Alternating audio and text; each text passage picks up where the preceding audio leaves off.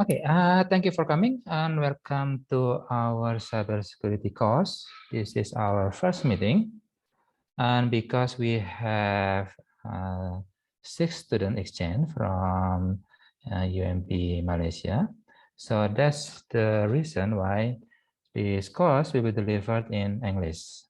Don't worry, if you have any inquiry or maybe some question, you may ask the question in Bahasa Indonesia, and then I will translate the question into English, and then we're going to discuss about the question. Okay. And first of all, sorry about my English. It's not actually very good. So please forgive me if I have something incorrectly, especially in grammar. Okay. Cybersecurity. My name is Nyoman Bogi Adilakarna, but you can call me Bogi. This is the course number TTI4E3, and this is the second semester of 2021 and 2022. This is for undergraduate level. As you can see, here in Telkom University, we identify that the last number or the last digit for the course number represent the credits. So because we have the numeric 3 in here, we have numeric 3 in here, that means this cybersecurity course will be delivered in 3 credits. But because this is an online course, and we have the obligation not to not to make the student to be very tired. So that's why there is a rule in here. Every time we go to the online class, 1 credit supposed to be maximum is 30 minutes. So that's why, because we have 3 credits in here, that means the maximum of this course will be delivered in online form used by maximum is 90 minutes. So we're going to stop at 5 p.m. at Bandung time. Okay, so don't worry. First, why do we have to need to take this course? Well, as you can see, we have so many cyber attacks. At 2011, 77 million user data has been stolen. And then 2010, again user data, 38 million from Adobe. And at the 2011 is from the Sony's PlayStation. While in 2013-2014, well, it's very big. It's 500 million user, but actually it's 3 billion user from the Yahoo. So that's why after that incident, every time everyone leave the Yahoo. And then 2015, we have 5.6 million fingerprints stolen. This is very very crucial for me, because fingerprint can be used to access every security access. For example, if I'm going to go to, let's say I'm going to go to the bank, and the bank asks me to show me my fingerprint, then because there are stolen fingerprint, I can use those stolen data to access someone else's bank account. And then 2017, we have 230,000 Windows operating computer across. Everyone wanna cry. And then 2018, we have 500 million user data stolen. So everything is about stolen data. But the worst thing is, people seem to remember only the bad things over so many good things. Let's take, for example, the Yahoo incident. We have Yahoo from 1992. It works fine. But after the 2013 incident, everyone want to leave Yahoo, and they went to Google, the competitor. So that's why I wrote in here, people seem to remember only the bad things, offer so many good things, because I do enjoy using the Yahoo, especially the email, but after several years, well, I still believe that Google is still better than Yahoo, especially for the filtering the email spam. Remember that because people seem to remember only the bad thing, it will definitely end your career in cybersecurity if your system is hacked. So, for example, we have the state-owned government, state-owned enterprise in Indonesia.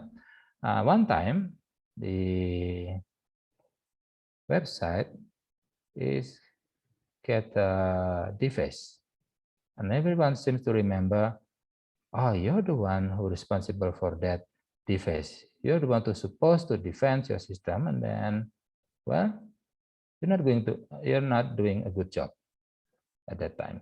So everyone remember that person, because people seem to remember only the bad thing, offer so many good things.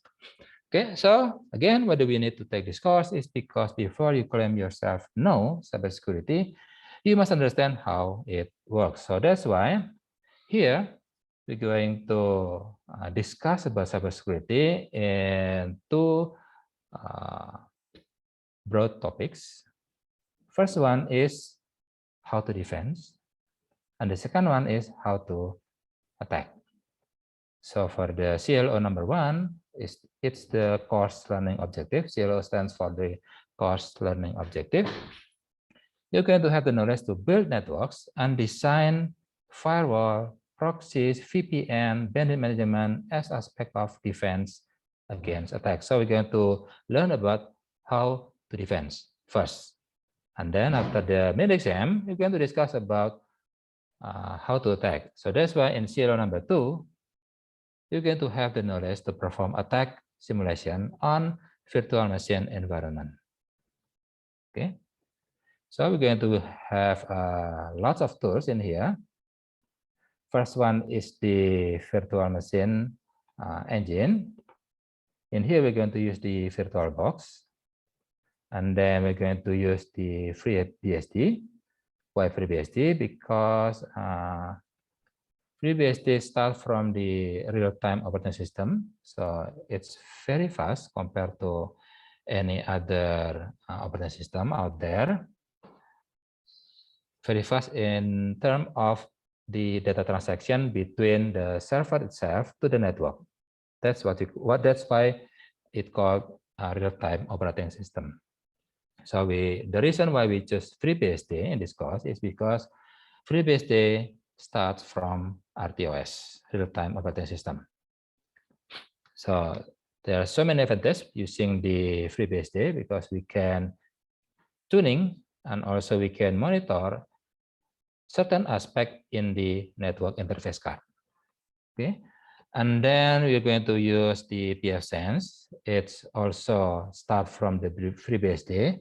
It's just a FreeBSD and then put all flavor. For example, I'm going to put web server in here. I'm going to put VPN and then proxy, etc. And then wrap it up and call it a pfSense. Something like a specially designed system that will provide you with defense mechanism. Okay, and then after the mid-exam, you're going to use several labs from the SEED project. We're going to discuss that after the mid-exam. So, first thing first, code of conduct in my class is you're allowed to eat and drink. Don't worry, I also get my drink in here. And then you are allowed to off-cam. And then, yes, it is not mandatory to attend this online class, and the class will be recorded and also uploaded to YouTube. And I'm going to provide the YouTube link in the LMS. Actually, it's already there, but it's still provided with the last semester's recorded session. So after this, I'm going to take off the videos and then put the new one. Okay. And then for your attendance, because it's not mandatory to attend this online class, for your attendance, you must do the daily quiz in the LMS no later than every Tuesday tonight. And remember, this daily quiz will be counted upon your final score, because your final score will be 40% from project 1, 40% from project 2, and then 20% from daily quizzes. Project 1 is, we usually use the project 1 as the mid exam, and then project 2 as the final exam. So, okay. The daily quiz, don't worry, it's just 5 to 10 multiple choice. So we're going to do the daily quiz approximately around 10 minutes. Very short. Okay. Now,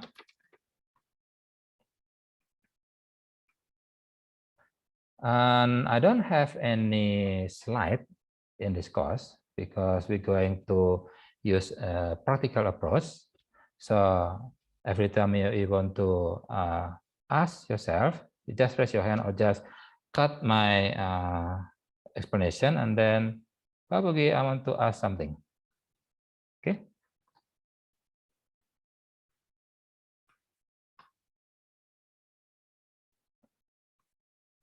Okay, now let's share my screen. This is our LMS. You have to make sure that you have access to this LMS, Learning Management System, to make sure that you can do the daily quiz. Remember, we have daily quiz at every Tuesday. This is quiz number 1. The quiz will be counted as a component in your final score. Remember, the final score will be 40% from project number 1, 40% from project number 2, and also the daily quizzes. And this is the resources. You can just click the Google Drive. Yeah. We have 3 folders in here. First one is the virtual machine itself. We have the FreeBSD. We're going to use the FreeBSD 4.11. It's a very, very old FreeBSD version. It's 2004, I believe. So it's already what 16 years old. Okay. The main reason why we use the FreeBSD 4.11 is because the size. The size is very small. It's only take about 200 megabytes. Okay, because well, I don't want to ask you to download a very big operating system. Like for example, if you download the FreeBSD from the freebsd.org, well, you can download actually the newest version of FreeBSD, but it will take you around, I believe, around 800 megabytes. It's 4 times the size of FreeBSD 4.11. But this, you will get the FreeBSD 12.3. Okay, so the main reason why we use a very old version of FreeBSD is because the size. And then we're going to use Windows 98. Yes, it's a very old version of Microsoft Windows. The main reason why we choose the Windows 98 is the same thing like FreeBSD 4.11 is because the size. The size is very small because it took only, I believe, 90 megabytes. So I believe if you can download the Windows 98, then it will take only around 5 minutes to download, maybe less. And then we're going to have the VirtualBox. You need to download and install this one. And then we also have the packet tracer from Cisco, and then the file. But you don't need to download and install packet tracer if you don't want to. But if you want to explore more about how the PC, how a PC communicate with a server and how a router works, everything is about Cisco in here. So we're not going to propose a vendor in here. That's why we're going to use Packet Tracer only to learn about how a client communicate with a server. Okay. So this is not mandatory for the Packet Tracer, but if you want, then you can download the Packet Tracer, or you can download it directly from the Cisco. Actually, it's from the netacad.com, Cisco Networking Academy. You can download in here after you create an account.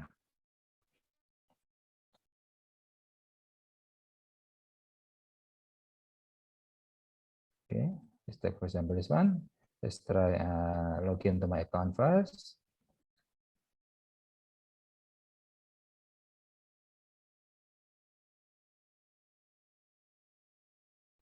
Okay, where they have the SSO in here.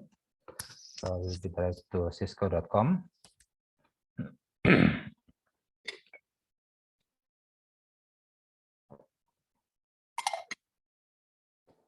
that's me.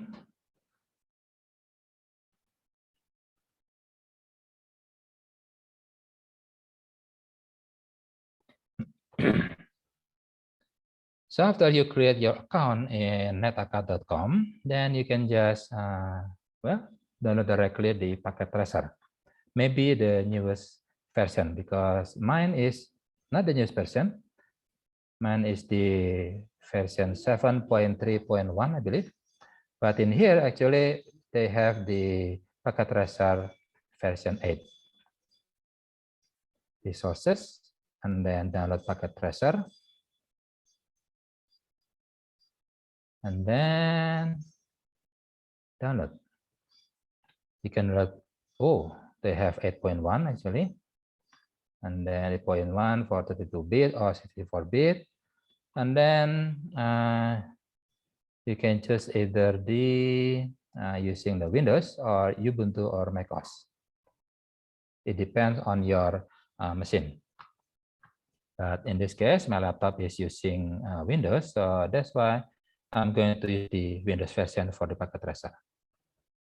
Okay, so you can download directly from netacad.com. It's free, don't worry. It has everything you need, but everything is about Cisco product. And then what else? So we have VirtualBox, and then FreeBSD 4.11, and then Windows 98. The Windows 98 will be our client. So if you prefer, if you have a very good access to the internet, you can use your preferred operating system. For example, I don't want to use Microsoft. I want to use Ubuntu. Well, that's your choice.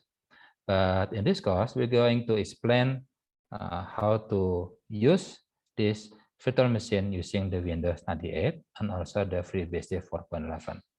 So, and then for the FreeBSD 4.11, we're going to use it for the router and also the server. So one virtual machine we're going to clone, and then after that we're going to, well, one will be the router and one will be the server. Okay, that's for the folder virtual machine. And then we also have the live from sheet, but we're going to use this after the mid exam. And then an example of packet capture using the TCP dump. Okay, now let's go back to our LMS. So this course provides knowledge about cybersecurity from theoretical and practical aspect. Our discussion begins with how HTTP and SMTP work. So that's why I do hope that everyone in here already familiar with TCP IP. Like for example, what is IP layer and what is a network layer and what is inside the TCP header, what is inside the ICMP, and what is how a client talk to the server, etc. So I believe you already have that knowledge, But if you haven't, then you need to, well, read some books or maybe learn something from YouTube to learn yourself by yourself about how the TCP/IP works. Okay, so we have the resources, everything in here, and then this is the reference, the Oracle VirtualBox. If you want to learn more about the Oracle VirtualBox, and then if you want to learn about FreeBSD, you can use this, and then this is the pfSense. Okay, but you don't need to download the pfSense. It's just something like a demo for you.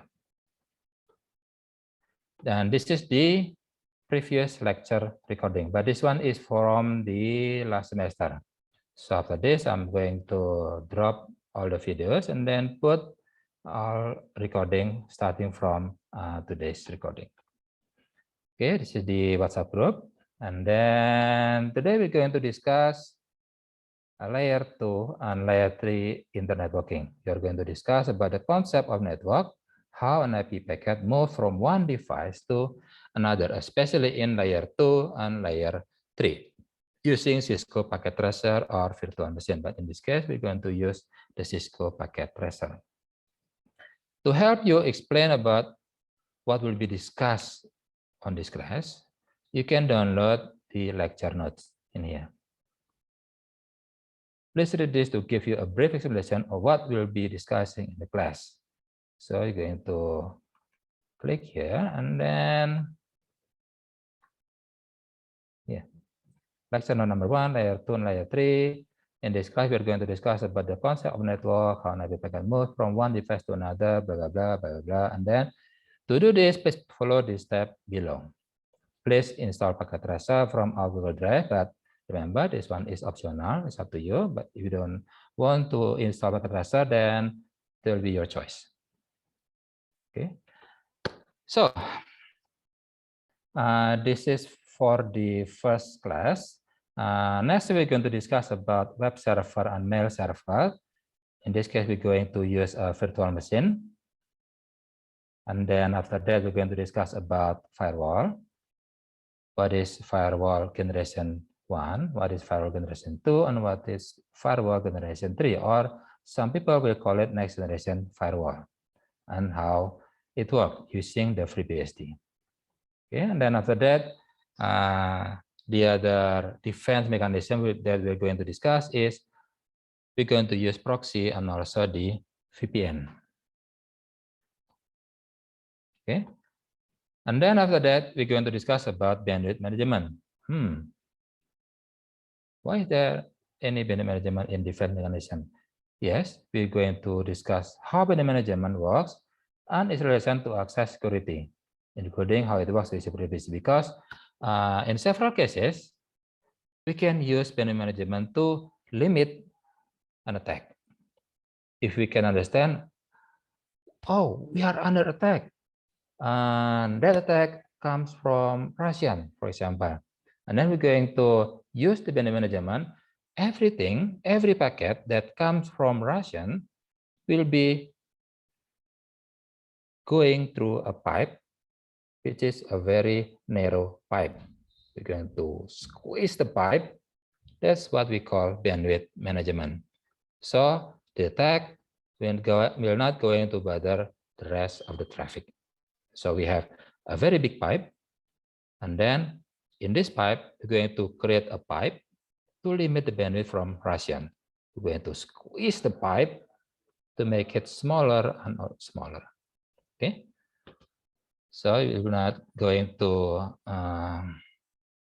destroy all the traffic from the pipe. And then after that, we're going to use pfSense for demonstration purposes. For the next generation firewall, the first one, we're going to discuss about how to use pfSense. Actually, pfSense has the bandwidth management. Also, they have the proxy and VPN. They also have the firewall, and also they have the web server and also mail server. Okay, so everything, put it together, wrap it up, and we call it pfSense. And then we're going to discuss how to use pfSense for the IDS feature using Snort. And then after that, we're going to have the project number 1 as a replacement for the mid-exam. And then after mid-exam, we're going to discuss about the project, and then we're going to do the attack. Now we're going to do an attack. Okay. Okay. So starting from today until the end of mid-exam, we're going to discuss about defense mechanism. And after the mid-exam, we're going to discuss the attack mechanism.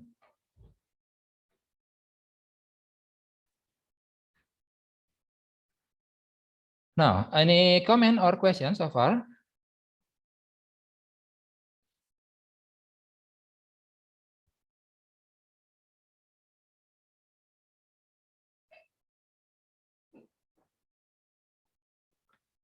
No, don't worry. You can ask yourself using bahasa Indonesia.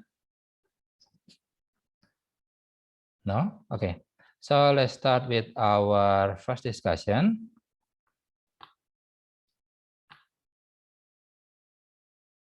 Open the lecture note number 1. And then open the packet tracer. Okay. I already installed the packet tracer, although this one is older version.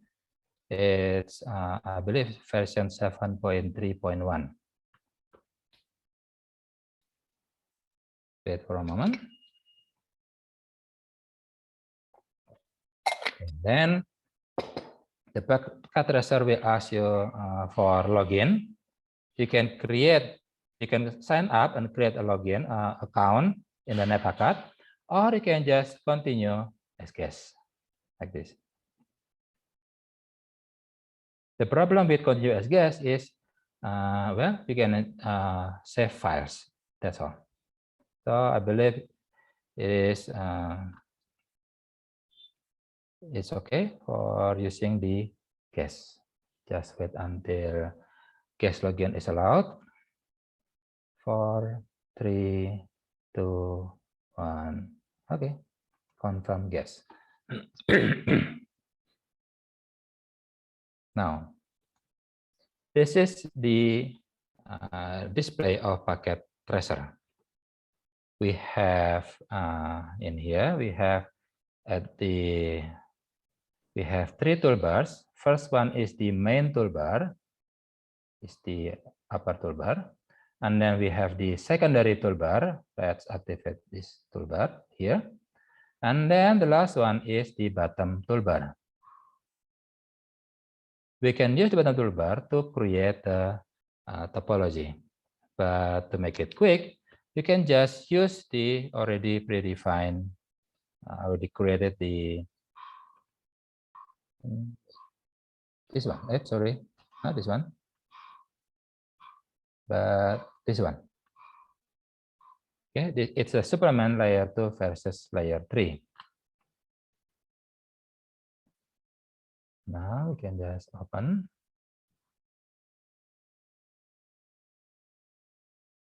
Okay, now this one.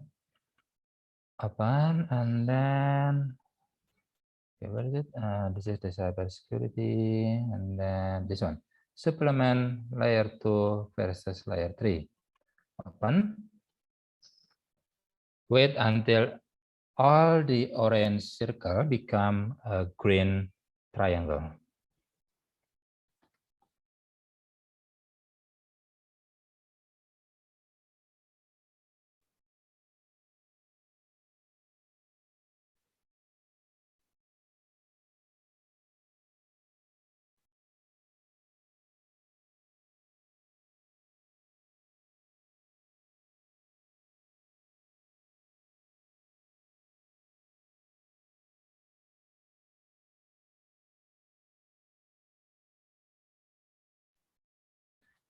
Okay, so everything already green, so we're good to go. Now in here, okay, let's make it bigger. Let's turn off the toolbar. Another toolbar. And then also another toolbar. Okay. Now in here we have 2 networks. First one is the one who use the switch. So this one is a switch, this one is a switch, this one is a client, and this one is a server.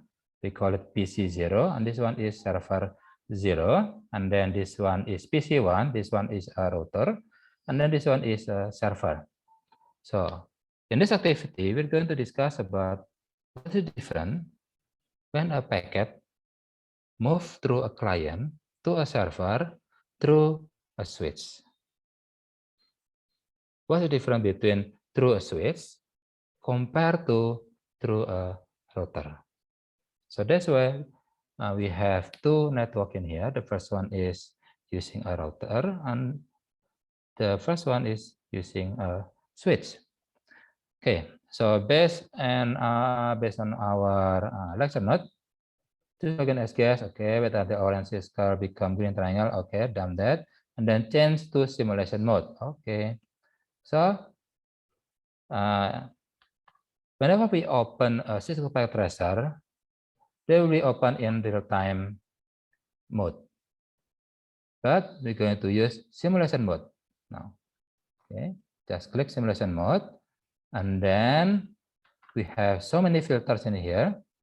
Just clear all of them, show none, and then edit filter, and then miscellaneous, and then we can use the HTTP because we only need to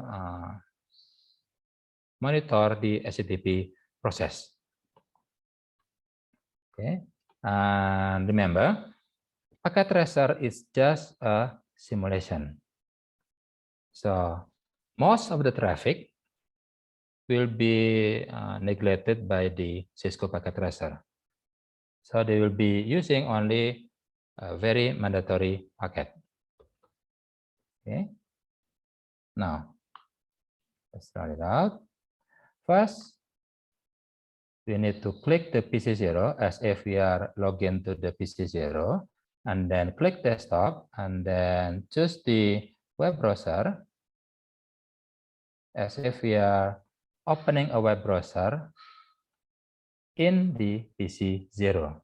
And then remember, PC0 has the IP address of 192.168.1.1, and the server has the IP address of 192.168.1.100. So they are inside the same LAN. They are in the same subnet, same network. So as if we are inside the PC0, I'm going to access the server. So I'm going to the URL is 192.168.1.100. But before we click the go button, let's capture the packet by clicking the play. Okay, capturing. Now go. So it will give a simulation or a video animation. There will be a packet from PC0 to switch 0. And then after that, that switch 0 will send the packet to the switch 1. And then the switch 1 will send the packet to server 0. And after that, the server 0 will give a reply or respond to the PC0 through the switch 1 to switch 0. And then the last one is PC0. And then the content will be shown in the web browser. It said that the web server has the title of Cisco Packet Tracer, and then etc. Welcome to Cisco Packet, blah blah blah, etc. Okay, finish. Now let's analyze the packet. First is the first data sent from PC0. Send from PC0 to the switch number 0. What can we monitor in here? First one is the IP address. Now, the IP address said that the source IP address is 1.1, is the IP address of PC 0. And then the destination IP address is the server itself. So it's a packet comes from 1.1 and is supposed to be delivered to 1.100, the server. So that's why the source IP address is 1.1, the source, and the destination is 1.100. It is the server 0. And then let's analyze the MAC address at the Ethernet layer. The source MAC address is 0001, is the MAC address of PC 0. Okay, and the destination of the MAC address is 00100. Here is the MAC address of server. So if we are using one subnet, client and server in one subnet, the source MAC address is the PC itself, and the destination MAC address is the server itself. Okay, now going to the next packet.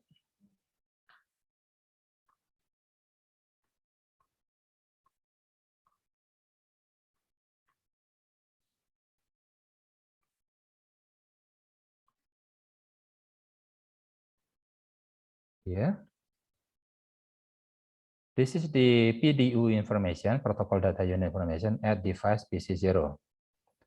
So this is the packet that will be sent to the network. So we're going to skip this one and then just try this one. This is the PDU information at device switch 0. So we're going to use switch 0 in this case. So this is the PDU or protocol data unit going through a switch 0. It says that layer 2 from the source MAC address is 0.0.1, still the source MAC address of PC 0, and the destination is 100, still the MAC address of the server. Wait, how about layer 3? Why there is no IP address? That's because switch can only maintain two information. The first one is the port status. The second one is the MAC address connected to that port. Okay, so I'm very sorry I don't have any switch in here. So let me write it in here. New slide. Okay, let me say plan in here. So let's say I have a switch, and in this switch I have, let's say, 4 ports. This is port 0, port 1, port 2, and then port 3. And then I'm connecting a device in here, let's say a laptop. And then I'm going to connect printer in here, a network printer in here. Okay. Now, every client, remember, every end device like laptop and printer, they have MAC address. Let's say they have a MAC address of 001. Then this one is 002. And then the purpose of the switch is to create a data in here, port number, and then port status, and then the MAC address. Okay, port number 0. Okay, port number 0. What is the status? On. That means there is a client connected to that port. So it will be on. So that's why if we have a switch, there will be a lamp there saying that it's on. That's because I'm sensing that there is a client connecting to this port. So the status of this port is on. And then it will also memorize the MAC address, because the MAC address of the laptop is 0.0.1, then it will memorize or put it in the memory that at port number 0, there is a client because the status is on, and its MAC address is 0.0.1. And then what about port number 1? It's off because there is no client connected to that port. And how about 2? Still off. And how about 3? On, because there is a client there connected to that port and its MAC address is 0.0.2. Okay, I hope that explain how the switch work, because the switch will only maintain the MAC address. It will never read the IP address. Okay, so that's why whenever a video entering a switch will never read the layer 3. It will never read the IP address. It will only read the MAC address. And then it will check, oh, this one is supposed to for MAC address 100. To access 100, I'm going to send it to this port. For example, in this case, I'm going to send to port number 3. Okay. Now, let's now move on to the next video or the next device. This is switch number 1. The same thing. At switch number 1, because it is a switch, it only read the MAC address 0.0.1 to the destination of 100 from PC0 to server. And this is the out layer. This is the port that is connecting the server to the switch number 1. Okay, now next, server. At the server, sorry, I'm clicking the develops. Okay, this one. Okay, at server, a video come to the server, and it said that this video comes from MAC address 0.0.1 to 0.0.100. Oh, it's for you. How about the IP address? Okay, the IP address said that the source IP address comes from 1.1. Oh, it's from PC0. And destination is, oh, it's for me, 1.100. And then because this is a server, it will also need to check the port number. Remember, there is a port number to access a specific application in the application layer. Does this packet supposed to be delivered to web service, or does this packet supposed to be delivered to SMTP service, or to FTP service, or to DNS service, etc.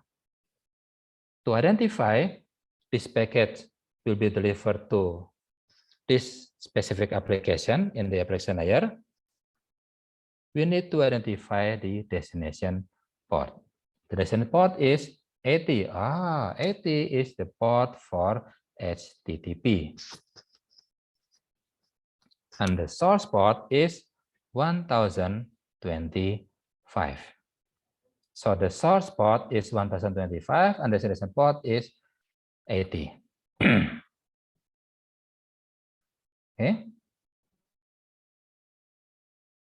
Now, once this video accepted by the server, is supposed to give a response or a reply, HTTP response. And the response is, this is a packet from me, from the server, which is 100, to the destination of 1.1. So it will send the package to PC0. And let's analyze the MAC address. The MAC address also going to be switched. This is source 001, destination 00100. But in this case, the source is 00100 and destination is 001. So the IP address is going to be switched. And the MAC address is also going to be switched. Okay. How about the port number? Wow, it's also going to be switched. Destination port 80, 80 will become source port. And destination port is 1025. So the server will give a response back to the PC0 by using, this is the IP address, this is the MAC address, and this is the port number. So it will send a package to PC0 with the destination port of 1025. Remember, in port number assignment, we have a range. Port number 0 to 1023, it's called well-known port. It's already assigned by IANA. 80 is for HTTP. Okay, let's write it in here. So we have something that called well-known port.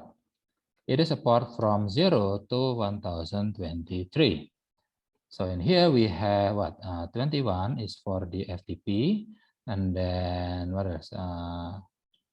53 for the DNS, 80 for the HTTP, and also we have 25 for the SMTP, etc. Everything already assigned by IANA. That's why it's called well-known port. No one supposed to change that assignment. Okay, and then we also have this, something that we call what? Private? No, sorry, I forgot the terminology. Let's check it out at the Wikipedia. It's the source of knowledge. Okay, that one. Port. Okay, wait. So we have 21 for FTP, 22 SSH, etc. And then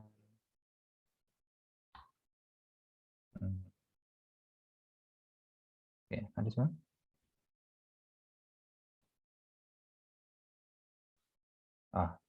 This one. Register port, sorry. So we have a well-known port from port number 0 to 1023, and also we have the registered port from 1024 to 49,151. And then we also have the dynamic or private port. Okay, let's put it in mind. So we have well-known port, and also we have the registered port. Start from 1024 to 49,151. And the rest is dynamic or private. So based on this classification, we understand that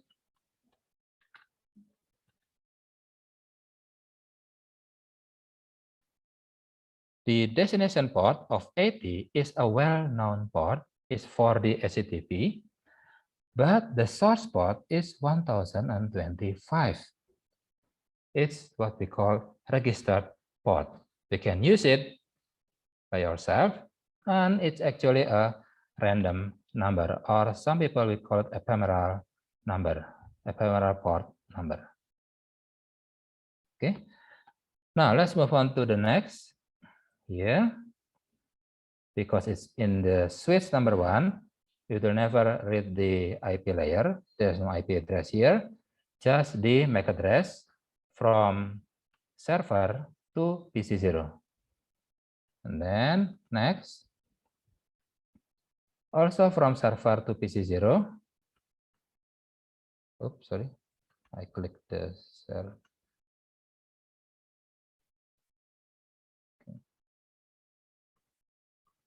And then this one. The last one is the video that comes to the PC0. It said that, hi, this is a packet from MAC address 00100 is for you, 001. Okay, how about the IP address? It comes from the server 1.100 is for you. Sorry, it comes from the source IP address 100 is the server and it's for you. 1. Oh, sorry. Okay, and then the source port is 80 and destination port is 1025.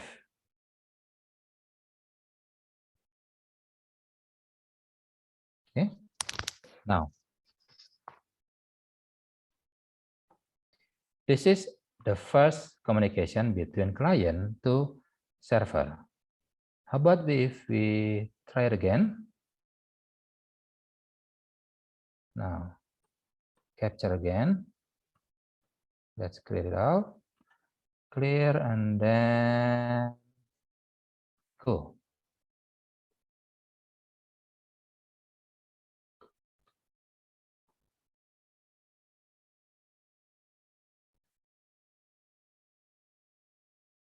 Okay. Okay, sorry. Capturing and then, oops.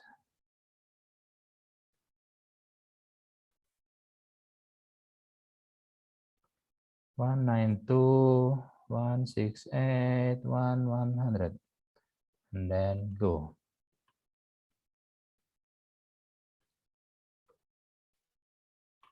Sending a package from PC0 to switch 0 to switch 1. Come on. Okay.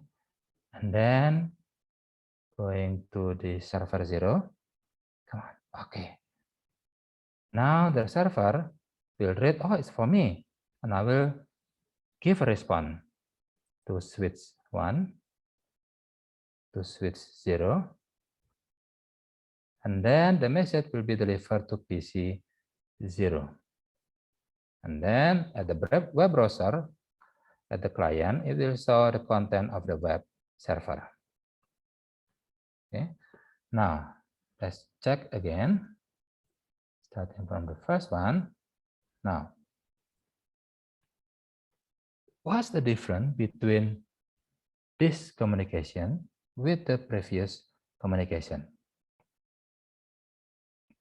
It's the source port number. Previously, we used the source port number 1025. But in this case, we are using 1029. So that's why it's called ephemeral. It's random. Registered. It's a registered port number, but it's random. So if we try it again, then it will change the source port number. And remember, this information will be switched by the server. Let's check it out at the server. Where's the server? Okay, this one. Now, coming as a source port 1029, destination 80, but the response is source port 80, destination is 1029. And in this case, the switch the IP address will be switched, the MAC address will be also switched. Okay, this is what happened in HTTP communication between client and server whenever they are in the same subnet. Okay, now, how about if they are not in the same subnet? Like for example, the bottom network. In the bottom network, we have PC1 with the IP address of 1.1, but the server has 2.100. So they are not in the same subnet. To connect to subnet, we need to use router because we need a device that can understand if a packet comes from one subnet and going to another subnet. That's the job of the router to check, this is the packet for subnet number 2. So you're supposed to go to this door. And then this is a packet for subnet number 3. Oh, you're supposed to go to this door, etc. That's the job of router. So that's why in router, we call it they have two sides. Two sides because they have one side connecting to subnet 1 and one side is connecting to subnet number 2. Okay, now let's try it out. Let's reset simulation first. PC1 desktop. Click here for the web browser, and then I'm going to 192.168.2.100. But before we click the go button, we need to capture the packet first.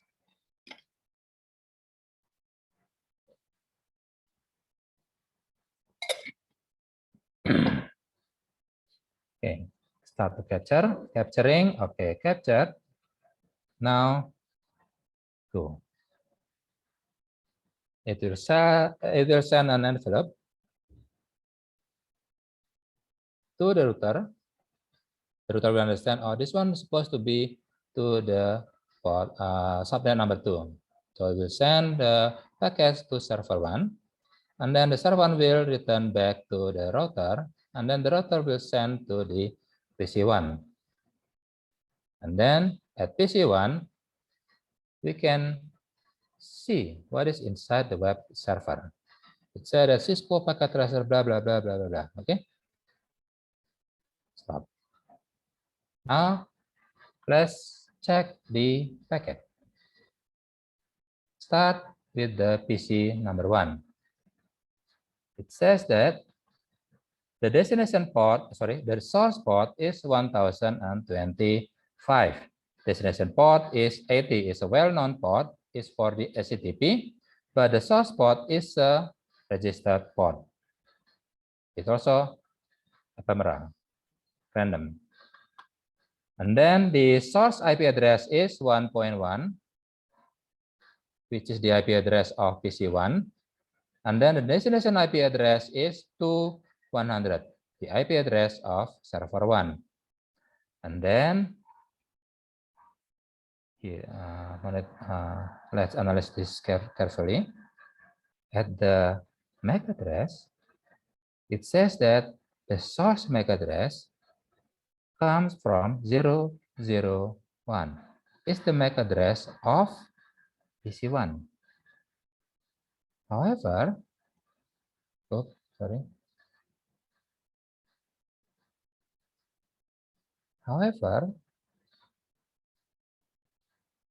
the destination MAC address is not the MAC address of the server. As we can see in here, the MAC address of the server is 2.100. But in this case, it's not 2.100, it's just 002. It's the MAC address of this port of the router.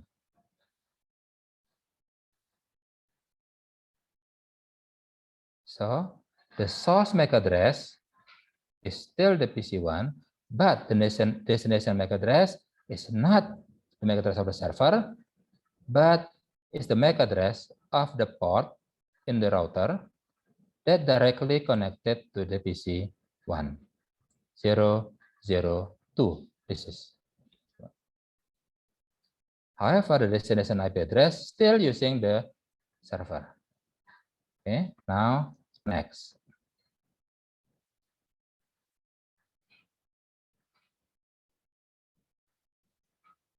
This is what inside the router.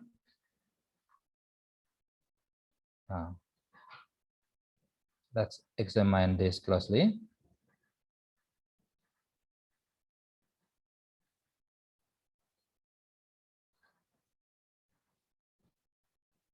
This is the PDO that comes to the router. It says that the source IP address is 1.1, is the IP address of PC1. And the destination IP address, still the IP address of the server, 2.100. However, the MAC address is from the 001 to 002. So it's still the same thing that was sent earlier by the PC1. However, when the PDO coming out from the router to be sent to the server 1, it changed. Let's analyze closely. This is the PDO coming out of the router 0. The IP address still the same, 1.1, which is the PC. The destination IP address is 2.100, the IP address of the server. However, the Ethernet, the MAC address, it changed from 2.1, which is the MAC address of this port, 2.1, and the destination MAC address is now it's finally the MAC address of the server, 2.100. So in router, it will change the layer 2. Whenever a packet comes from one port and then forwarded to another port, it will change the MAC address.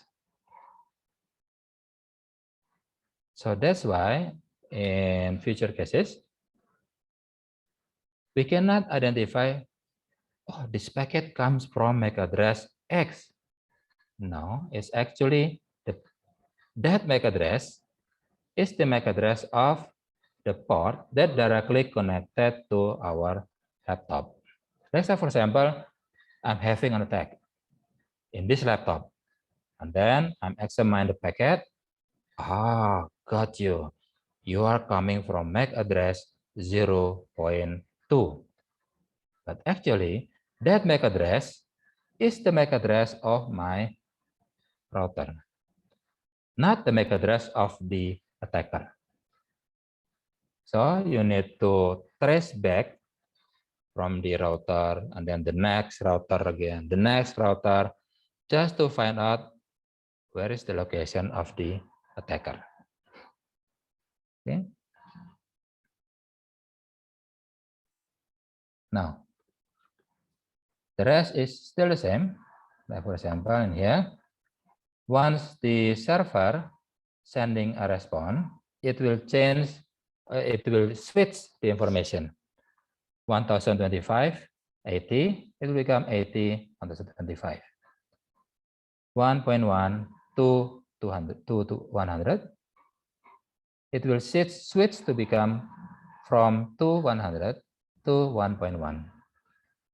And then the MAC address also switch from 2.1 to 100, it will become 100 to 2.1. And then after it moves to the router, then the router will change again the MAC address to match the MAC address of this port to the MAC address of PC 1. Okay. Now, discussion. But before we go into the discussion, any questions so far? First, you need to understand when a package comes through a switch, what happened? When a packet comes to a server and the server responds back to the client, what will happen? And then what will happen if a packet comes to a port of a router and then forwarded or routed to another port of the router? What will happen to the packet? What will change? As a conclusion, in switch, they change nothing. But in server, it will switch the port number, the IP address, and the MAC address. How about router?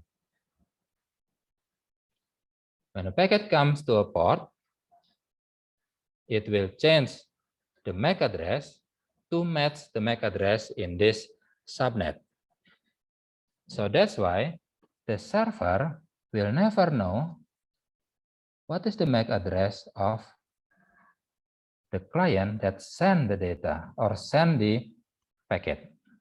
Because in a server point of view, you only understand that the MAC address that send this packet is come from the 2.1.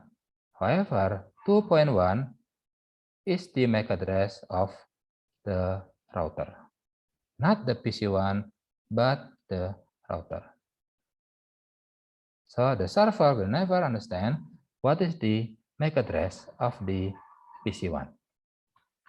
It only understand what is the MAC address of the directly connected port at the router. Okay, that's for the conclusion. And then remember to explain again, what is the difference between switch and router? What is the difference between well-known port, registered port, and dynamic private port? And what happens to the packet when it comes to a switch, and when it comes to a router, and when it comes to a server? Okay, any questions so far?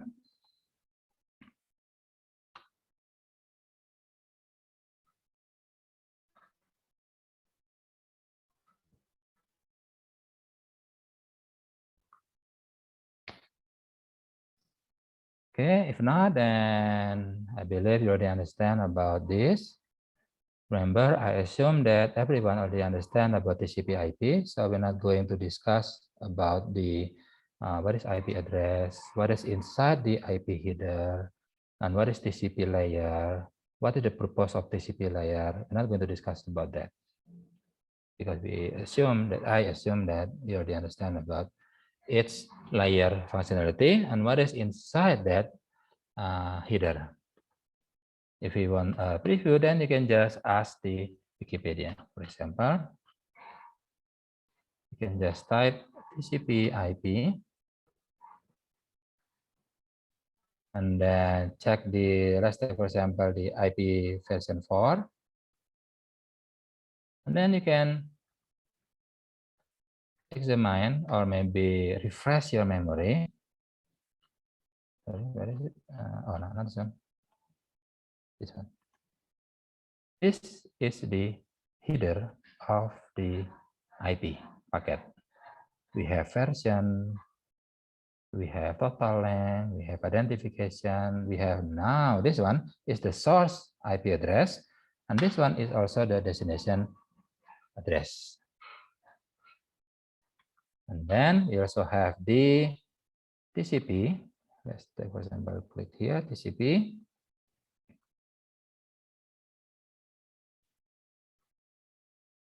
Now this one is the header of the TCP. We have the source port, just like our example using the packet tracer. We have 2025, we have 2025, 29, etc. This is the source port and also the destination port. Remember, it has a length of 16 bit. 16 bit, that means it will become 0 up to 65,535. Divided into 3 classification. One is the well-known port number, which is 0 to 1023. And then we have also the registered port, which is 1024 to 49,151. And then the rest of the port number is the dynamic or private port. Okay. Remember to refresh your memory about the TCP/IP layer. Okay. If there is no question, then let's wrap it up for today. And remember to do the quiz. I'm going to open after this class. Yeah. And now it's still not open yet. I'm going to open it. And remember, you can do the quiz up to this midnight. And you only have 10 minutes to do the quiz. As I remember, there are only 5 questions in this quiz. Okay. And remember, this quiz will be graded. The score will be counted as a component in your final score. Okay, thank you, and I'll see you next week. Thank you and goodbye. Thank you, sir. Thank you, sir. Bye-bye. Terima kasih, Pak. Thank you, sir. Terima kasih, Pak. Sama-sama. Makasih, Pak.